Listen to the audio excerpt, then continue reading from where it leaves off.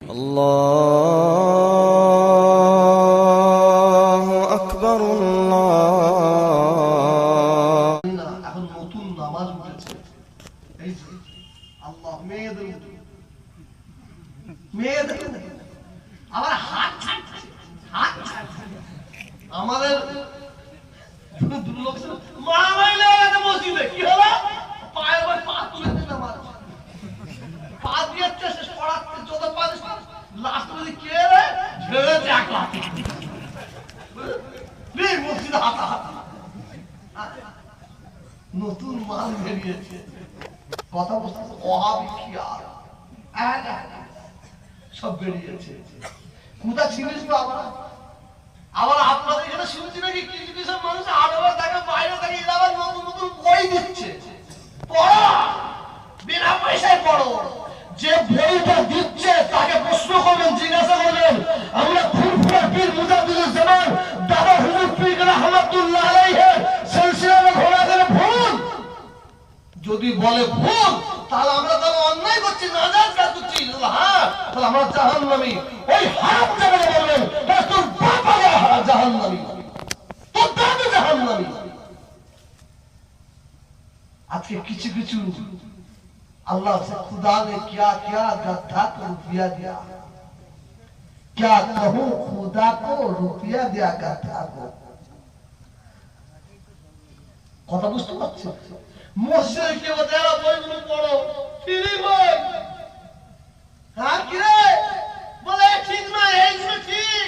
এই তোর বাপ তাহলে ভূত, তোর বাপ তাহলে ভূত, তোর মা ভূত, তোর দাদা ভূত, তোর চোদ্দ পুরুষ ভূত, তুই সঠিক মাল।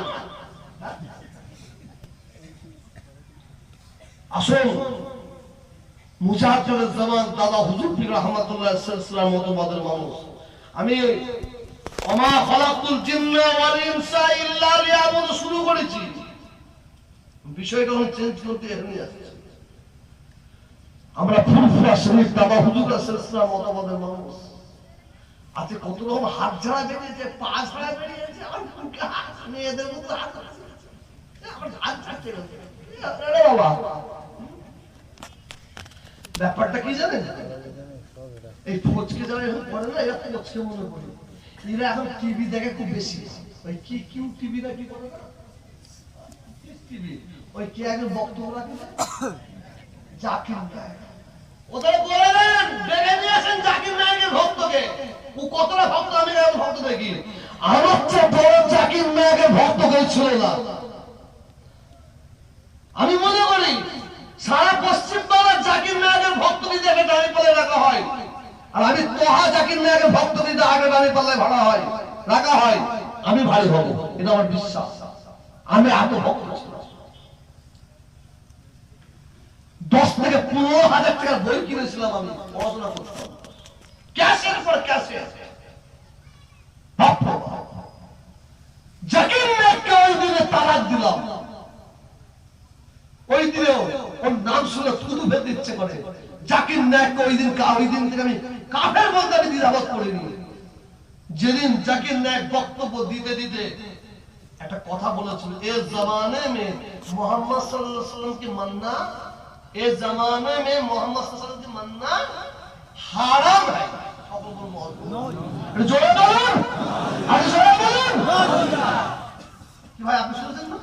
হ্যাঁ, এ জমানে মে মোহাম্মদ সাল্লাল্লাহু আলাইহি ওয়াসাল্লাম কি মাননা হারাম হ্যায়।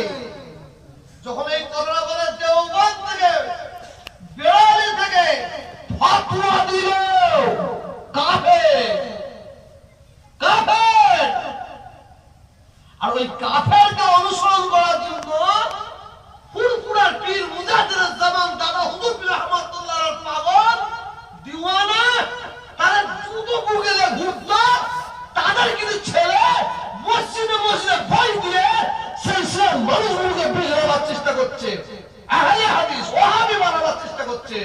এই পথে আপনারা পা দেবেন, পা দেবেন, হাত তুলে দেখান, হাত নামাবেন না, প্রত্যেকে বলে হাত নামাবেন না, হাত তুলে দেখাবেন। আমরা আল্লাহ নারে তাকবীর, নারে তাকবীর।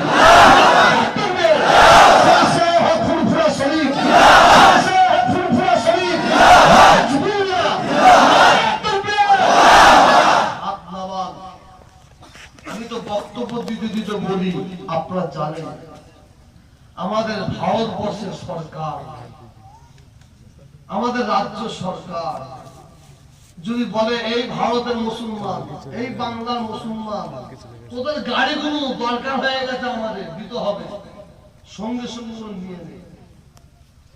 এই ভারতের মুসলমান, বাংলার মুসলমান, তোদের বাড়িগুলো আমাদের দরকার, সঙ্গে সঙ্গে নিয়ে নে। এই ভারতের মুসলমান, বাংলার মুসলমান, তোদের গাড়িগুলো আমাদের দরকার, জমি জায়গাগুলো দরকার, সঙ্গে সঙ্গে নিয়ে নে। আর যদি বলে ভারতের মুসলমান, এ বাংলার মুসলমান, তোদের ঈমানটা আমাদের দরকার, তোর একবারে জুড়া পায়ে বুকে লাঠি মেরে বুকে খাঁচা ভেঙে দেবো। আমরা মুসলমান সব দিতে পারি, ঈমানটা দিতে পারি না। কি বললাম? সব দিতে পারি, ঈমান দিতে পারি না। সব হারাতে পারি, ঈমান হারা হবো না ইনশাআল্লাহ। এটি আমাদের ঈমান। আজকে আমাদের মুসলমানদের কিছু মুনাফিক মার্কা মুসলমান ঠিক করে দিয়েছে এই ধরনের কাজ করার জন্য। সাবধান, সাবধান। ফুরফুরা পীর মুজাদ্দিদ জামান দাদা হুজুর পীর কেবলা রহমাতুল্লাহ আলাইহি, উনি কুরআন শরীফ তিলাওয়াত করতেন। কুরআন শরীফ তিলাওয়াত করতে করতে বাচ্চা শিশুর মতন কাঁদতেন। দাদা হুজুরকে চোখে দেখিনি, মেজো হুজুর, না হুজুর, ছোট হুজুর পীরকে চোখে দেখেছি। আর ওনাদের জবান থেকে শুনেছি, বাবা তোমাদের দাদারা যখন কুরআন শরীফ তিলাওয়াত করতো, কুরআন শরীফ তিলাওয়াত করতে করতে কুরআন শরীফের একটা আয়াত শরীফ পড়তেন। ওই আয়াতটা যখন পড়তেন বাচ্চা শিশুর মতন কুকিয়ে কুকিয়ে কাঁদতেন। কোন আয়াত? কোন আয়াত শরীফ? লা তাকনাতু মিন রাহমাতিল্লাহ, ইন্নাল্লাহা ইয়াগফিরু যুনুবা জামিয়া, ইন্নাহু হুয়াল গাফুরুর রহিম। আমার আল্লাহ বলছেন, তোরা আমি আল্লাহ আমার আশা থেকে নিরাশ না হয়ে যাস। দাদা হুজুর বলছেন, এই আয়াতটা যদি আল্লাহ তাআলা কুরআন শরীফে নাযিল না করতেন, আমি আবু বকর আমার নিজের হাত দুটো নিয়ে আমি বুকে মারতে মারতে আমি শহীদ হয়ে যেতাম। এই আয়াতটা ওসিলায় আল্লাহ আমাদের নাজাতের রাস্তা করে দিয়েছে। সুবহানাল্লাহ। আসুন, মুজাদ্দিদ জামান দাদা হুজুরকে তারপরে কি বলছেন? বাবারা, বাবারা, বাবারা, আল্লাহ না করেন, আল্লাহ না করেন, বাবারা গুনাহগার হয়ে মরে যাও, গুনাহগার হয়ে মরে যাও, আল্লাহ না করেন, বেঈমান কাফের হয়ে মরুনি বাবা।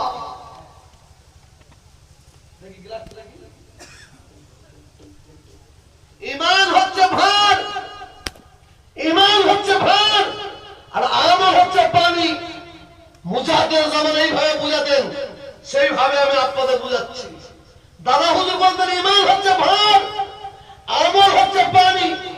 দাদা হুজুর বলতেন কেউ এতটুকু আমল করেছে, কেউ অর্ধেক আমল করেছে, কেউ 75% আমল করেছে, কেউ 90% আমল করেছে, কেউ 10% আমল করেছে, কেউ 1% আমল করেছে। বাবা 1% আমল করেছো, মরে গেছো, না জানি গুনাহ করেছো, অন্যায় করেছো, ভুল করেছো, আল্লাহ তাআলা 2 মাস, 2 বছর, 200 বছর, 2000, 2 লাখ, 2 কোটি বছর জাহান্নামের আগুনে পোড়াবে।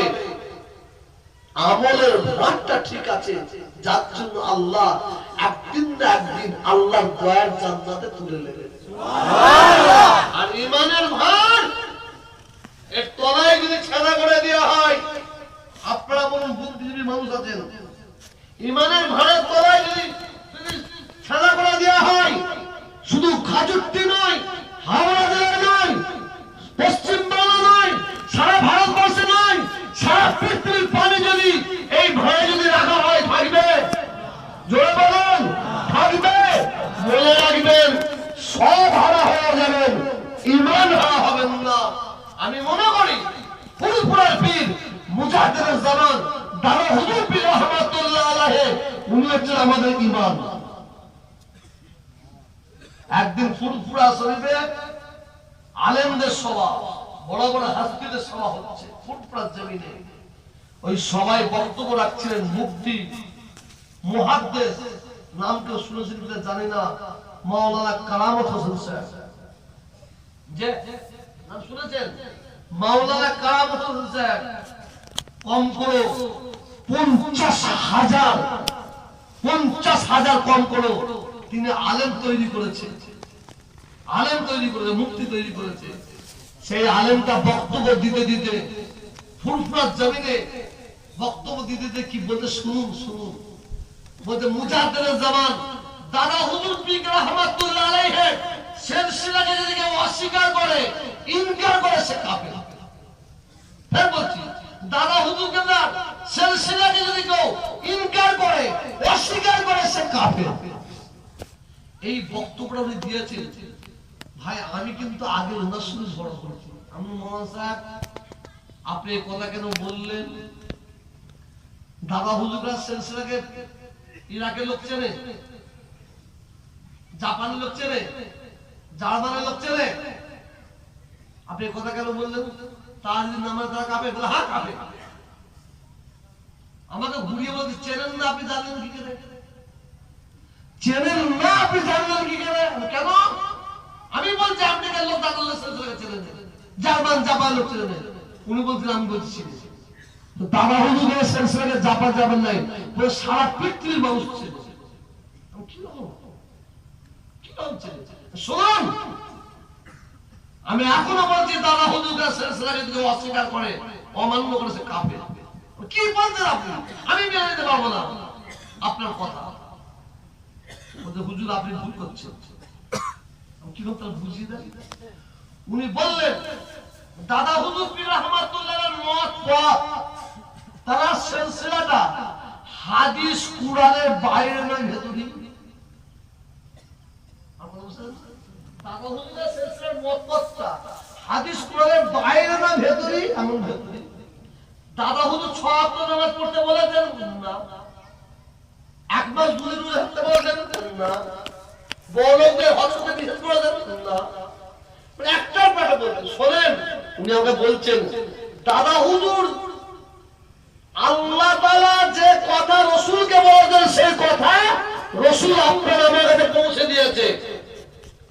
আর রাসূলের কথাটা মুজাহিদের জামান আপনার আমার কাছে পৌঁছে দিয়েছে। অতএব দাদা হুজুর পীর রহমাতুল্লাহ সিলসিলাটা হাদিস কুরআনের শস্য পরিমাণ বাইরে নয়। দাদা হুজুরের সিলসিলা চলছে, পরিচালিত হচ্ছে হাদিস কুরআনের মাধ্যম দিয়ে। বলুন সুবহানাল্লাহ। আপনারা বুঝতে পারলেন না? পারলাম। আসুন। হ্যাঁ, আমি তোহা খারাপ, আমি তোহা খারাপ, আপনারা আমাকে অস্বীকার করবেন। আমার বড় ভাই খারাপ, আমার বড় ভাইকে আপনারা অস্বীকার করুন। নজরুল্লাহ বলা ঠিক হচ্ছে না? আমার বাপ খারাপ, আমার বাপকে অস্বীকার করুন। আমার চাচা খারাপ, অস্বীকার করুন। নজরুল্লাহ বলা ঠিক হচ্ছে না, বুঝানোর জন্য বলছি। তো মনে রাখবেন দাদা হুজুরের সিলসিলা খারাপ নয়। দাদা হুজুরের সিলসিলাটা হাদিস কুরআনের মাধ্যম দিয়ে পরিচালিত। আর আজকে কিছু কিছু মানুষ তারা সমালোচনা করে, বলে হুজুরা পয়সায় এখন হুজুর হয়েছে, বড় হয়েছে।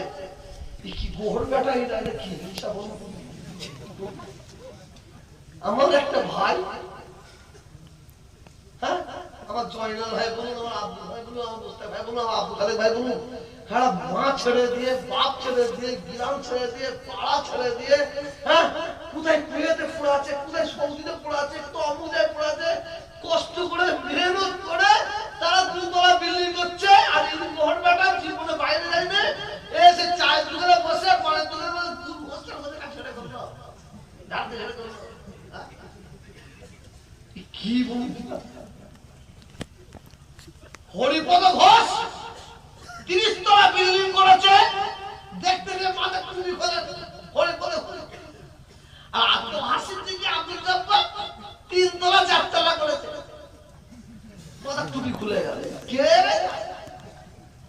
এরা হচ্ছে হিংসু। খবরদার, আমার বক্তব্য কি বলছি পাগলের মতো বকে যাচ্ছে না, আমি কিন্তু ইমানটাকে মজবুত করার জন্য এই বক্তব্য রাখছি। আসুন আমার মুসলমান ভাইয়েরা, আমার যুবক ভাইয়েরা, আমার নামাজি পরেশগারি মুক্তাদি আল্লাহওয়ালা ভাইয়েরা, কোরআন পাকের মধ্যে আল্লাহ তাআলা এক জায়গায় ঘোষণা করে দিয়েছেন, বলে দিয়েছেন বিসমিল্লাহির রহমানির রহিম, কুল্লু নাফসিন যায়িকাতুল মউত। জলসার বিষয় চেঞ্জ করলাম, অন্য বিষয় আছে। আল্লাহ তাআলা তাকে নাম দান করেছে নিঃসন্দেহ, যার কোনো সন্দেহ নাই। আল্লাহ তাআলা ওই ব্যক্তিকে মওতের সাথ তাকাবেন। কথা সত্য না মিথ্যে? জোরে বলুন। না না, কিছু কিছু লোক আছে না, এরা যদি হাজরাতে আব্দুল সালাম বুঝ দিবার সুযোগ পেত না, বুঝ দিবার, এরা বুঝ দিয়ে বোঝার চেষ্টা করত।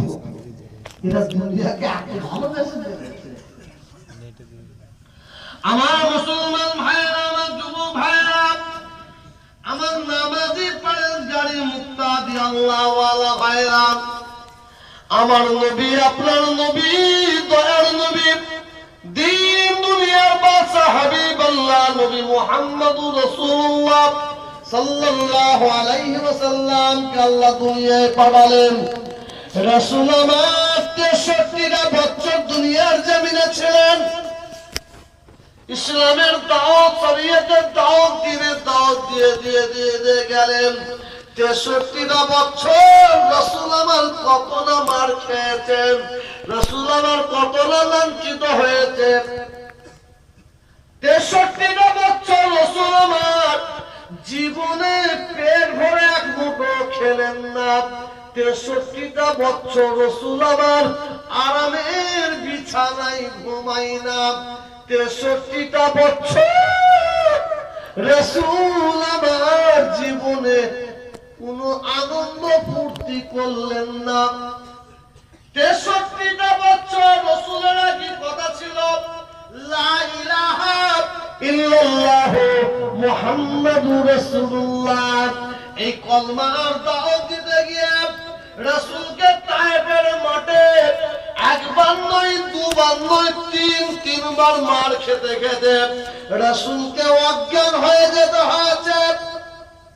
বেঈমানের বাচ্চারা, মালাউনের বাচ্চারা রাসূলের নাকের কাছে আগুন নিয়ে গিয়ে দেখেছে নিঃশ্বাস চলছে কিনা, নিঃশ্বাস চলছে, তথাপি আমার রাসূলের মুখে পাথরের আঘাত করেছে।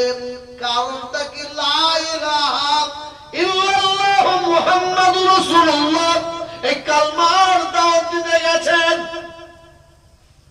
উহুদের ময়দানে রাসূলের দান্দান মোবারক শহীদ হয়েছে, কপালের উপরে লোহার খুঁজা ঢুকেছে। কারণ কি, লা ইলাহা ইল্লাল্লাহ মুহাম্মাদুর রাসূলুল্লাহ। 63টা বছর রাসূলের জীবন শেষ হচ্ছে। শুনুন, 63 বছর হয়ে গেছে রাসূলের জীবন। রাসূল আমার আস্তে আস্তে 63টা বছর আস্তে আস্তে ছোট করে দিচ্ছেন, গুটিয়ে দিচ্ছেন। ছোট করা শুরু করলেন কোথায়? 63 বছরের জীবনে প্রথম ছোট করতে শুরু করলেন আরাফাতের ময়দানে। 63 বছরের জীবনের শেষ করতে আরম্ভ করেছেন, শুরুতে আরম্ভ করেছেন আরাফাতের ময়দান থেকে। আরাফাতের ময়দানে রাসূল বক্তব্য রেখেছিলেন, ওয়াজ করেছিলেন 2 লক্ষ সাহাবা সাহাবীদের নিয়ে। কত? 2 লাখ সাহাবা সাহাবীদের নিয়ে রাসূল আমার 63টা বছরের জীবনে শেষ করতে আরম্ভ করেছেন, দুটোতে আরম্ভ করেছেন। রাসূল আমার ওই 2 লক্ষ মানুষের সামনে যখন বক্তব্য রাখেন, মনে রাখবেন সেই দিন মাইক ছিল না, কিন্তু রাসূল পাক 2 লক্ষ মানুষকে দিয়ে সামনে নিয়ে রাসূল বক্তব্য রেখেছিলেন। রাসূলের প্রত্যেকটা কথা 2 লক্ষ রাসূলের মাকামে পৌঁছেছিল।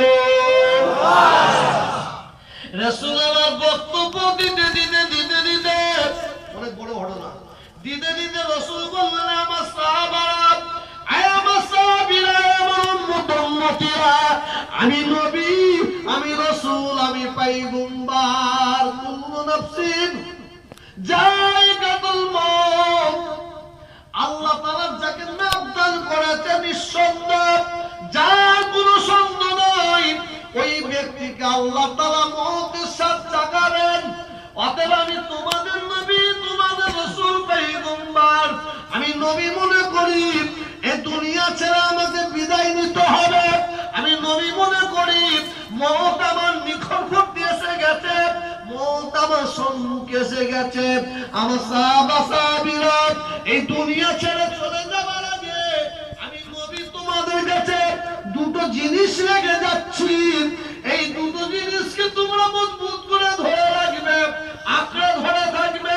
আমি নবী বলছি, তোমাদেরকেও বরবাদ করতে পারবে না, তোমাদেরকেও ধ্বংস করতে পারবে না, তোমাদেরকেও ক্ষতি করতে পারবে না, তোমাদেরকেও মুনাফিক বানাতে পারবে না, তোমাদেরকেও চগলখোর বানাতে পারবে না, তোমাদেরকেও কাফের বানাতে পারবে না। আর এই দুটো জিনিসকে যদি তোমরা ছেড়ে দাও, আমি নবী বলছি তোমরা বরবাদ হয়ে যাবে, ধ্বংস হয়ে যাবে, শেষ হয়ে যাবে। এই দুটো জিনিস, একটা হচ্ছে আল্লাহর মহাবাণী 30 পারা কোরআন শরীফ, আর দ্বিতীয় হচ্ছে আমার রাসূল পাকের হাদিস শরীফ। বলুন সুবহানাল্লাহ। ভাই সময় সংক্ষিপ্ত, ছোট করে বলছি, অস্পষ্ট বুঝতে। রাসূল আমার বক্তব্য দিয়ে চলে যাচ্ছেন, মদিনা শরীফের বর্ডারের কাছে পৌঁছে গেছেন। মক্কা শরীফ থেকে মদিনা শরীফ বর্ডার পার হবেন। বর্ডার পার হবার আগে রাসূল আবার মক্কাবাসীদের দিকে রাসূল আবার নজর করে তাকিয়ে বলল, মক্কাবাসীরা, আমি নবী বলি শোনো শোনো, খবরদার, আমি নবী বলছি তোমরা কেউ মদিনাবাসীদের সঙ্গে অসৎ ব্যবহার করবে না, খারাপ ব্যবহার করবে না। মদিনার আনসারীদের সঙ্গে তোমরা কেউ অসৎ ব্যবহার, খারাপ ব্যবহার করবে না, জুলুম করবে না। মক্কাবাসীরা, আমি নবী যখন মায়ের দেশ, বাপের দেশ, জন্মভূমি ছেড়ে আমি যখন মক্কা থেকে মদিনায় এসেছিলাম, এই মদিনাবাসীরা আমি নবীকে বুকে তুলে নিয়েছিল। রাসূল মদিনা শরীফে চলে আসলেন। মদিনা শরীফ পার হওয়ার পরে রাসূলের বিমার আরম্ভ হয়ে গেল। রাসূলের বিমার কি দিয়ে শুরু হলো? জ্বর। রাসূল বিমানে পড়ে গেলেন। আস্তে আস্তে রাসূল আমার মাজুর হয়ে যাচ্ছেন। আম্মা জান আয়েশা সিদ্দিকা রাদিয়াল্লাহু তাআলা আনহার বাড়িতে রাসূল তাশরীফ রাখলেন। রাসূলের অন্যান্য আহলিয়া দিওয়াকে রাসূল ডাক মারলেন, চলে এসো। আমাদের আম্মা জানেরা, রাসূলের আহলিয়া গণেরা রাসূলের সম্মুখে হাজির। রাসূল বলতে, আমার আহলিয়ারা, আমি তোমাদের স্বামী, আমি বিমারে পড়ে গেছি, আমি অসুস্থর মধ্যে পড়ে গেছি, আমার জ্বর, আমি আয়েশার বাড়িতে থাকতে চাই। তোমরা কি আমি আয়েশার বাড়িতে আমাকে থাকার জন্য তোমরা ইজাজত দিতে পারো? আমি আয়েশার বাড়িতে কি থাকতে পারি? আমার রাসূল পাকের প্রত্যেকটা আহলিয়া, আমাদের আম্মাজান বোনেরা বলেছেন, হুজুর আমাদের বয়স হয়ে গেছে, হুজুর আমরা মাজুর হয়ে গেছি, হুজুর আপনি আয়েশার বাড়িতে থাকুন। আয়েশা একটু জওয়ানি ওয়াক্ত আছে, আপনার খেদমত করবে। হুজুর আমরা হয়তো আপনার ঠিক মতন খেদমত করতে পারবো না, হুজুর বিয়াদবি হয়ে যাবে, আপনি আয়েশার বাড়িতে থাকুন, আমাদের কোনো আপত্তি নাই। রাসূল আমার আয়েশা সিদ্দিকা রাদিয়াল্লাহু তাআলা আনহার বাড়িতে আছেন। রাসূল আমার বিমারে পড়ে গেলেন, ওষুধে পড়ে গেলেন। বড় অসুখটা হচ্ছে জ্বর। আম্মা জান আয়েশা সিদ্দিকা বলছেন, একদিন রাসূলের এত কাঁপনি এসেছিল শরীরের মধ্যে, আমি আয়েশাকে কম্বল দিয়েছিলাম, কম্বল দিয়ে রাসূলের গায়ে দিয়েছি, তারপর কাঁপনি বন্ধ হয় না। আম্মা জান আয়েশা বলছেন, আমি রাসূলের শরীর মুবারকে কম্বল দিয়ে আমি আয়েশা রাসূলকে চেপে ধরেছি, তারপর রাসূলের কাঁপনি বন্ধ হয় না। আমার রাসূল পাক সাল্লাল্লাহু আলাইহি ওয়াসাল্লাম মসজিদের নববীতে নামাজ পড়তে যাবেন, ইমামের জায়গায় ইমামতি করবেন। রাসূল আমার যেতে পারছেন না, ইমামতি করতে পারছেন না। রাসূলের মসজিদের নববীতে 21 ওয়াক্ত নামাজ রাসূল ইমামের জায়গায় দাঁড়িয়ে ইমামতি করতে পারলেন না। রাসূলের ইমামের জায়গায় কে ইমামতি করলেন? রাসূল বললেন, আমার ইমামের জায়গায় ইমামতি করবে আমার আবু বকর, আমার আবু বকর ইমামতি করবে। আবু বকর সিদ্দিক রাদিয়াল্লাহু তাআলা হুজুরের আব্বা জান, এই আবু বকর সিদ্দিক রাদিয়াল্লাহু তাআলা হুজুরের মেয়ে হযরত আয়েশা। আয়েশা বললেন, হুজুর আমার আব্বা জান লাজুক দিলের মানুষ, আপনি আমার আব্বা জানকে নামাজ পড়ার জন্য ইমামের জায়গায় ইমামতি করার জন্য হুজুর আপনি হুকুম করবেন না, ইজাজত দেবেন না? আমার আব্বা ঠিক মতন দাঁড়াতে পারবেন না। রাসূল বলেন, না না, আমি বলছি আমার ইমামের জায়গায় আবু বকর ইমামতি করবে। এইদিকে আসরের জামাতের ওয়াক্ত শেষ হয়ে যাচ্ছে। রাসূলের কানে একটা আওয়াজ ভেসে আসছে, মসজিদের নববীতে নামাজ শুরু হয়ে গেছে। ওই নামাজের ইমামের জায়গায় হযরতে ওমর ফারুক ইমামতি করছেন। হযরত ওমর ফারুকের গলার আওয়াজ রাসূলের কানে পৌঁছে যায়। ওমর যখন আল্লাহু আকবার বলে হাত মারে, রাসূল তখন বিমানে অবস্থায় হাত মেরে চিল্লো বলেছিলেন, লা লা লা, না না না, ওমর ইমামতি করবে না, আমি বলছি আমার জায়গায় আবু বকর ইমামতি করবে। রাসূলের গলা মুবারকের আওয়াজ ওমর ফারুক হুজুর শুনতে পেয়ে গেলেন। হযরত ওমর ফারুক হুজুর পিছিয়ে আসলেন, ইমামের জায়গায় দাঁড়িয়ে গেলেন হযরত আবু বকর সিদ্দিক রাদিয়াল্লাহু তাআলা আনহু। অনেক বড় ঘটনা, একদিনের একটা ঘটনা ঘটে গেল। রাসূল বিমানের বিছানায় পড়ে আছেন, রাসূল বিমানের বিছানায় পড়ে আছেন। রাসূল চোখ দুটো মুজে আছেন, চোখ দুটো মিলন বন্ধ করে আছে। হঠাৎ রাসূলের কান মোবারকে একটা কান্নার আওয়াজ ভেসে আসছে। রাসূল তখন চোখ দুটো মিলন করে তাকানোর পরে আয়েশাকে বলেন, আয়েশা কিসের আওয়াজ? এই কান্নার আওয়াজ কেন? আয়েশা বলেন, হুজুর আপনি মসজিদে নববীতে ইমামের জায়গায় ইমামতি করতে যেতে পারছেন না, আপনার সাহাবারা ইমামের জায়গাটা দেখে নিজেকে ধরে রাখতে পারে না, মিম্বর সুন্দর ফাঁকা জায়গা থেকে তারা কাঁদতে আরম্ভ করেছে।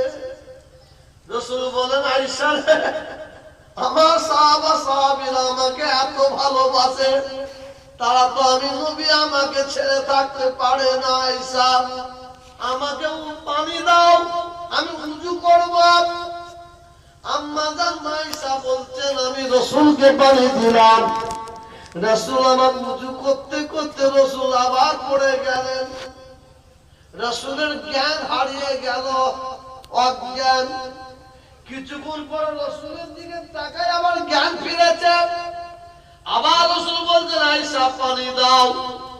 একবার নয়, দুবার নয়, তিনবার রাসূল জ্ঞান হারিয়ে ফেললেন।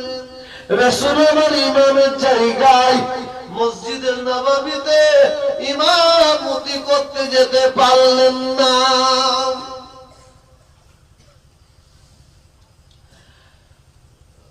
আস্তে আস্তে রাত বাড়ছে, গভীর রাত হয়ে গেছে। ঘরে দরজা দিয়ে আছে। রাসূল আমার মাঝে মাঝে জ্ঞান ফিরছেন, আবার জ্ঞান হারিয়ে ফেলছেন। রাসূলের এত বিমার, গভীর রাত্রে ঘরে দরজা দেওয়া আছে। হঠাৎ দেখা যায় গভীর রাত্রে দরজায় একটা কে আঘাত করে। গভীর রাত্রে দরজায় আঘাত, কে যেন দরজা ঠোকে।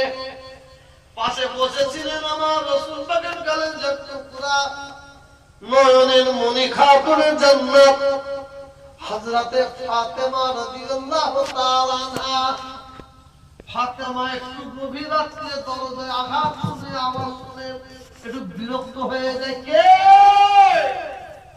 এত রাত্রে কে দরজায় আঘাত করছে? আমার আব্বা জান বিমারে পড়ে আছে, আমার আব্বা অসুস্থ হয়ে পড়ে আছে। এত রাত্রে কে বিরক্ত করতে এসেছে?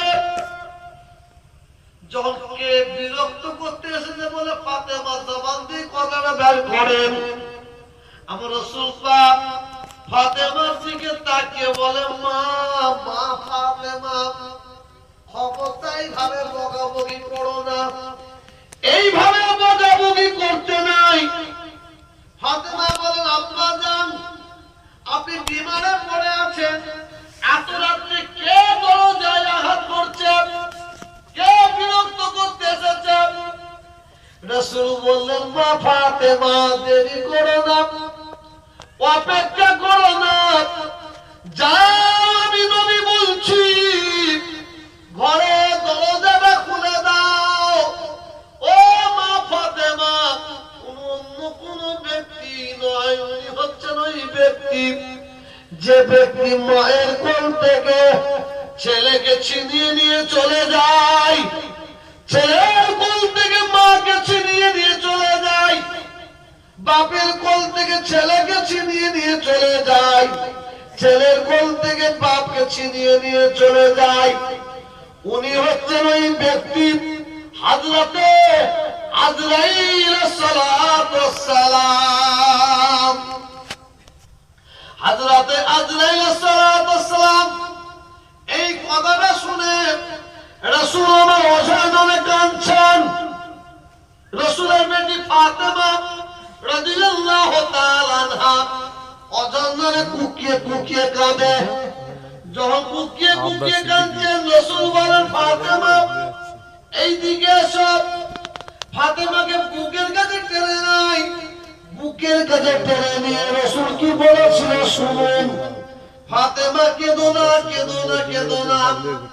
ফাতেমা, আমি তোমার আব্বা জান, তুমি যখন ছোট বয়স তোমার ছিল, অল্প বয়স তোমার আম্মা খাদিজা তোমাকে ছেড়ে চলে গিয়েছে। আমি তোমার মা, আমি তোমার বাপ তোমাকে নিয়েছিলাম। আজকে আমি তোমার আব্বা জান, আমি তোমাকে ছেড়ে চলে যাব। ফাতেমা, ফাতেমা অঝরে কাঁদতে আরম্ভ করে দিলেন। কুকিয়ে কুকিয়ে যখন কাঁদছেন, আল্লাহ রাসূল বলেন, ফাতেমা কেঁদো না, কেঁদো না, কেঁদো না। আমি নবী বলি শোনো, আমি তোমার আব্বা জান বলি শোনো। আমার মওতের পরে, আমার ইন্তেকালের পরে, আমার বংশের মধ্যে যদি কেউ মরে, কেউ যদি ইন্তেকাল হয়, সেটা তোমার হবে ফাতেমা। আমার ইন্তেকালের পরে আমার বংশের মধ্যে যদি কারোর সঙ্গে সাক্ষাৎ করতে হয়, সেটা বেটি ফাতেমা, তোমার সঙ্গে তোমার আব্বার দেখা হবে। দেখ সময় সংক্ষেপ, আর যদি যদি আমি যদি ওয়াজ করি আশা কখন করবে, তাই না? তার দুদিন টাইম দেন। ওয়াজ অনেক শুনেছে, অনেক শুনবেন। ওয়াজ শোনার আর দরকার নাই, যেটা দরকার আমল। আর দাদা হুজুর পীরের আমার সিলসিলা মোতাবেক চলার তৌফিক দান করেন আল্লাহ। সবাই বলুন আমিন। এই সিলসিলাকে জড়িয়ে ধরে থাকবেন। বিদায় নেবার আগে শুধু একটা কথা বলে চলে যাচ্ছি। এটা 2000 কত সাল ভাই? এটা জোরে বলুন না। আমি জানি এটা আপনাদের হেজে করাচ্ছি। 2000 কত? 2014 সাল। 2014 সাল আমি আপনাদের কাছে সবাইকে বলছি, বলি বলি শুনেছেন। আপনারা তৈরি থাকবেন, আপনারা প্রস্তুত থাকবেন। 2014 সালের তারিখটার বার্তা আপনাদের জানিয়ে দেবো। কলকাতার ব্রিগেডের ময়দানে জনসভা ডেকেছি। কলকাতা ব্রিগেড ময়দানে জনসভা 2014 সাল। তারিখটা বার্তা আপনাদের পরে জানাবো। তৈরি আছেন? জি বললে হবে না, বলুন ইনশাআল্লাহ, জোরে বলুন ইনশাআল্লাহ। ভারত স্বাধীন হওয়ার পর থেকে কলকাতার ব্রিগেডের ময়দানে মুসলমানদের কোনো জনসমাবেশ হয়নি, কোনো সংগঠন করে নেই। এটা আমাদের জন্য লজ্জা, এটা আমাদের জন্য লজ্জা। হ্যাঁ, নরেন্দ্র মোদী তার কিচ্ছু নাই, সে জনসভা করছে। হ্যাঁ, আমরা মুসলমান, আমাদের কোন মুসলিম সংগঠন ভারত স্বাধীনের পর থেকে আজ পর্যন্ত একটা জনসভা করে না। 2014 তারিখটা বারটা পরে জানাবো। প্রস্তুত আছে? জোরে বলি ইনশাআল্লাহ। এটা হাতটা তুলে দেখান, হাত নামাবেন না, দেখি না। নারে তাকবীর, নারে তাকবীর, নারে তাকবীর। নাবান আসুন, মনে রাখবেন ভারত স্বাধীন হওয়ার পর থেকে ব্রিগেডের ময়দানে কোন জনসভা কোন মুসলিম সংগঠন করে না, ঠিক। কিন্তু যত জনসভা হয়েছে, যত জনসভা ব্রিগেডের ময়দানে হয়েছে, রেকর্ড পরিমাণ যে লোক আছে, এই ইতিহাস এখন আছে রেকর্ড, সবচেয়ে বেশি রেকর্ড। এই রেকর্ডটাকে 2014 বাংলার মুসলমান আমরা ভাঙবো ইনশাআল্লাহ, ইনশাআল্লাহ, ইনশাআল্লাহ। প্রস্তুত আছেন ভাই? প্রস্তুত আছেন তো? আর ধরেন আপনারা যাবেন সিপিএম কিংবা সিপিএম কিংবা কংগ্রেস কিংবা তৃণমূল, যদি কেউ যেতে বাধা দেয় পাহাড় দিয়ে যাওয়া হবে না, পাহাড় ভেঙে ঢুকবেন, ঢুকবেন। যদি কোনো পীর সাহেব, মৌলানা সাহেব, হাফেজ সাহেব, ইমাম সাহেব বাধা দেয় পাহাড় দিয়ে, শুনবেন? শুনবেন ইনশাআল্লাহ, জরুরি ইনশাআল্লাহ। হাতটা তুলে আরেকবার দেখেন, আমরা আল্লাহ সাক্ষী হবে। নারে তাকবীর, নারে তাকবীর, নারে তাকবীর। কিন্তু আপনাদের হাত তুলবেন। কেন সভা হবে এটা জানলেন না? কেন সভা হবে? এটা আপনাদের তোহা ভাইয়ের উপর বিশেষ আছে তো। তোহা ভাই তো কোচকে নয়, বললেন না? সভাটা হবে ভিক্ষা নয় অধিকার, ভিক্ষা নয় অধিকার বুঝে দেওয়া। বললাম ভিক্ষা নয় অধিকার বুঝে দেওয়া।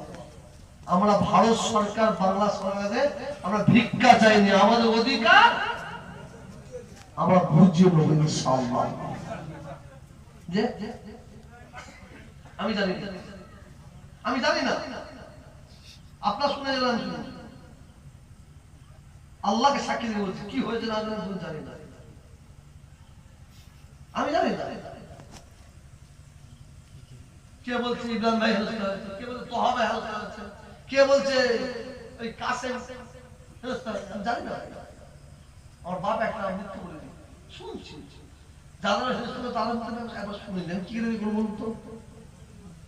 ও শুধু 24 ঘন্টার গলা সত্যি লিখা যাক ওসব গেলে হচ্ছে। এবারে আগুন জ্বললে কি হয়? আগুন নিবন্ধ হয়ে জ্বালাতে হয়।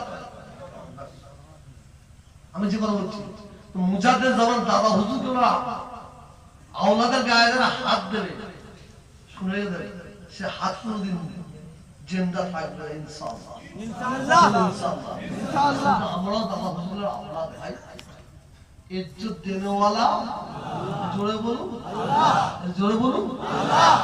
আল্লাহ আমাকে ইজ্জত দিয়েছে, রাখার দায়িত্বটাও আমার নেই, আমার নেই। ইজ্জত আল্লাহ দিয়ে যাবে, রাখতে হবে। আপনার জীবনে শুনেছেন, যদি শুনে থাকেন একটু মারুন। যাই কহা ভাই কোনদিন বলিস একটু ভোট দেবেন না, কংগ্রেসকে ভোট দেবেন না। আমি বলেছি, এখনো বলছি, আজকেও বলছি, বলবো মৃত্যুর আগে পর্যন্ত। খবরদার সিপিএম কংগ্রেস তৃণমূল নাই, যা মানুষকে ঠকাবে, যা মুসলমানদের ঠকাবে, তাদের দিকে আমি নাই। অন্যায়ের বিরুদ্ধে আমরা কি বললাম, জোরে বলুন, অন্যায়ের বিরুদ্ধে। আমার পীরের আওলা মুজাদ্দিদ দাদা হুজুর, বড় হুজুর, মেজো হুজুর, সেজো হুজুর, বড় হুজুর, ছোট হুজুর, আমাদের ভাই সাহেবদের কাছে, এই বিশাল আমাদের কাছে এসেছে। তাদের শিক্ষা তো আমাদের শিক্ষা। সিপিএম এর কাছে, কংগ্রেস এর কাছে, তৃণমূলের কাছে, বিজেপির লোকের কাছে কি করতে, দোয়া চাইতে, আশীর্বাদ চাইতে। কি দোয়া করবো?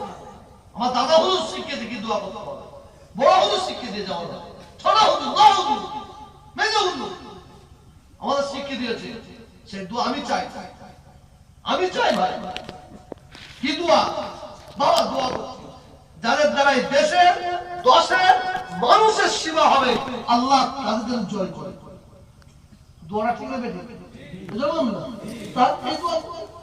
আমি কেন বলবো আপনারা সিপিএম কে ভোট দেবেন না, একে উল্টে দিন, একে তুলে ধরুন, একে গুছিয়ে দিন, একে তুলে ধরুন। এটা আমাদের কাজ নেই ভাই। কি হবে? আমাদের কাজ হচ্ছে ইসলামের প্রতি যারা আঘাত করবে, শরীয়তের প্রতি যারা আঘাত করবে, দ্বীনের প্রতি যারা আঘাত করবে, কোরআনের প্রতি যারা আঘাত করবে, হাদিসের প্রতি যারা আঘাত করবে, তাদের বিরুদ্ধে আমাদের জাত থাকবে। জোরে বলুন, জোরে বলুন। আর যদি কোনো পার্টি আমাকে ফয়দা দিতে যায়, আমি সবাই জানে তহবিল মমতার ভক্ত, জানে না? এবার ভাই বসা যাবে, বলে দিচ্ছি, জানে না? সবাই জানে তহবিল মমতার ভক্ত। কে জানে না? যখন মমতা ব্যানার্জি বলেছিলেন ক্ষমতায় আসার পরে 3 থেকে 4 মাস আসার পরে বলেছিল 99% কাজ আমি সংখ্যালঘুদের করে দিচ্ছি, বলেছিল না? এই কথা বলতে বলেছিল না? আমি তখন চুপ মেরেছিলাম। 2 মাস 4 মাস এর প্রতিবাদ কে করে? খোদার কসম, আল্লাহকে সাক্ষী রেখে বলছি, মমতা ব্যানার্জি ওই প্রতিবাদটা সর্বপ্রথম উপহাস দিয়ে করেছিল। করেছিলাম না? হ্যাঁ, আমি বলেছিলাম 99 কাজ করে দিয়েছে, অবাস্তব মিথ্যে কথা বলেছে, এটা বলিনি? বলুন না, তাহলে তৃণমূলের ভক্ত কেন? বলুন। যখন সিপিএম ক্ষমতা ছিল 230 বছরের মাদ্রাসার নামকে মিটিয়ে দিয়েছে। মাদ্রাসার নাম বলতে হবে, আলিয়া মাদ্রাসার নাম বলতে হবে, আলিয়া মাদ্রাসার নাম বলতে হবে, আলিয়া মাদ্রাসার নাম বলতে পারবেন কেউ? জোরে বলুন, কি বলবেন? আলিয়া ইউনিভার্সিটি মাদ্রাসার নাম মিটিয়ে দিয়েছে, বাংলার মুসলমান ওদের নাম মিটিয়ে দিয়েছে। আর তৃণমূল মুসলমানদের প্রতি আঘাত করবে, আমাদের শরীয়তের প্রতি আঘাত করবে, আমাদের নাম মিটাবে, ওদের নাম মিটিয়ে দেবে।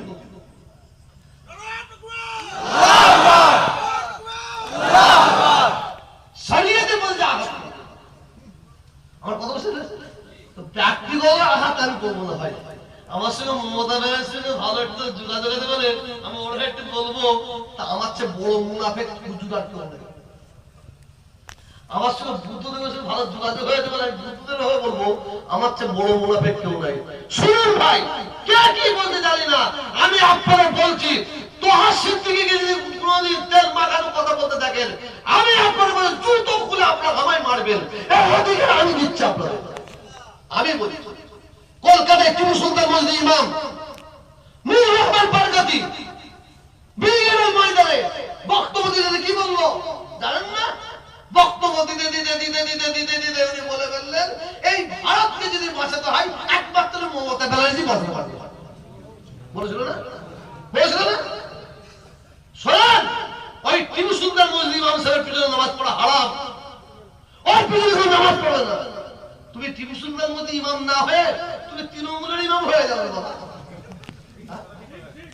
ইমাম হয়ে যাবে মুসলমানকে নিয়ে। আপনার আমাদের ভাই, শুনেন, আমি ইঞ্জিন, কি বললাম? পিসাব ইঞ্জিন, ইমাম ইঞ্জিন, মৌলানা ইঞ্জিন, ইঞ্জিন যদি খারাপ হয় বগি কি হবে? ইঞ্জিন যদি ভুল পথে চলে বগি কি হবে? খবরদার, ভালোবাসা ভালো, অধিক ভালোবাসা ভালো নয়। ভালোবাসা ভালো, অধিক ভালোবাসা ভালো নয়। যাক, আমি আপনাদের কাছ থেকে বিদায় নিচ্ছি। ভুল বুঝবেন না আমাকে।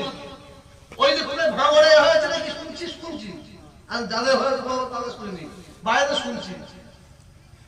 আবার শুনছি ওই ভাঙড়ে যেটা হয়েছে ওইটা নাকি তোহা ভাই করেছে। আবার কি বলবো, হ্যাঁ, সব শালাকে ছেড়ে দিয়ে বেরো শালাকে।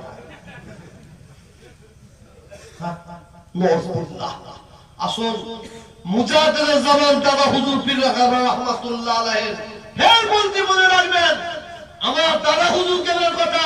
বাবা, আমার সিলসিলার বাঘ ঘুমিয়ে আছে, ঘুমোতে দাও, ওকে গুজা মারতে যেও না। গুজা মারলে ধরলে বাবা ছাড়বে না। এর দাদা হুজুর কথা। ঠিক তেমনই আমি দাদা হুজুরের আওলাদ, আমাকে আওলাদের হুজুর থাকতে হবে, এটা আমার দায়িত্ব। কথা বলতেন না কেন?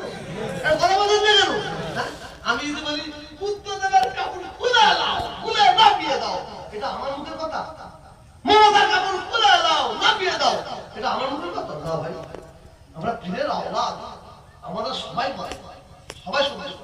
এখানে সিপিএম কংগ্রেস তৃণমূল নয়, 3.5 কোটি 4 কোটি মুসলমান পশ্চিম বাংলায় বাস করে। শুনে রেখে দেন, কম করে 2.5 কোটি মুসলমান বিরাট অন্ধ সাপোর্টার, অন্ধ ভক্তদের পুরপুরা শরীফ দাদা হুজুরের, তাই কি না? জোরে বলুন। সবাই বাংলার মানুষকে মিসইউজ করতে পারে। আপনারা আমাকে বিশ্বাস রাখুন, দোয়া করুন, আমি তোহা সিদ্দিকা আপনাদের নিয়ে মিসইউজ করবো না।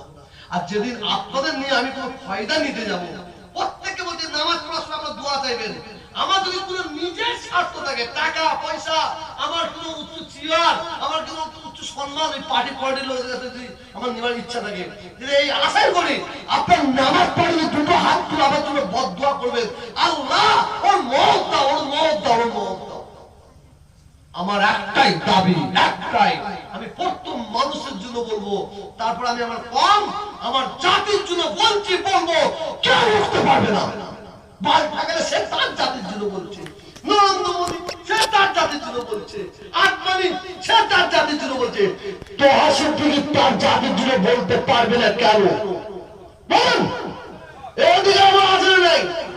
আছে না নাই? আর যদি আপনার না হুজুর বলতে হবে না, তাহলে বলা বন্ধ করে দেবো। কি করবো? চালিয়ে যাবো না বন্ধ করবো? মুনাফিকে আওয়াজ দেবেন না, মন থেকে আওয়াজ দেন, চালিয়ে যাবো না বন্ধ করবো? আসুন, আমি আপনাদের কাছ থেকে বিদায় নিচ্ছি।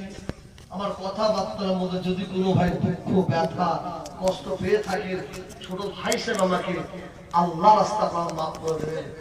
আসসালামু আলাইকুম। আপনারা সালাম देवें ना? वालेकुम अस्सलाम रहमतुल्लाह। आप लोग जिसका बंदा है हम उसी का गुलाम। तो